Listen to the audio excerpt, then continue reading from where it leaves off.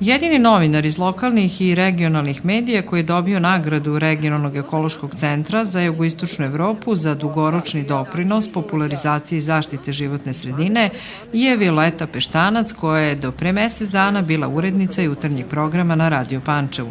Nagrada je uručena nedavno u Nišu. Rad koji je komisija analizirala jeste radioemisija koja je emitovana na Radio Pančevu u aprilu 2011. godine, odnosila se na problem ambalažnog otpada, koji eto 4,5 godine kasnije, nažalost, nije rešen ni u našoj zemlji ni u našem gradu. Situacija je takva da mi još uvek čekamo otvaranje regionalne deponije, da se na tome stalo, ali ono što je jako važno zapravo jeste da uloga medija ne treba da bude da delujemo samo kada su neki incidenti, akcidenti i kada imamo zaista zagađenje, nego ja mislim da je nepravedno zanemarena i ona obrazovna uloga koju bi mediji trebalo da imaju, a to je nešto što je dominiralo u mom radu, pre svega u tom ekološkom radu u poslednjih 12 godina kada se ja najintenzivnije i bavim zapravo ekološkim pričama.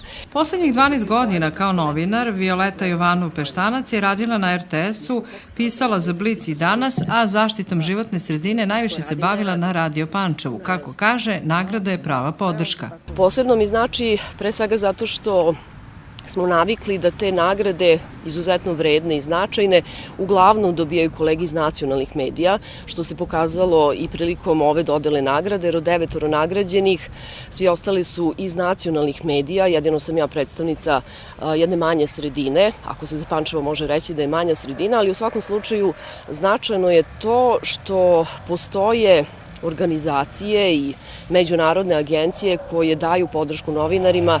Nagrada je podstrek da nastavi da se bavi ekologijom u novinarstvu, a najavljuje i specijalizovani portal Zeleni minuti.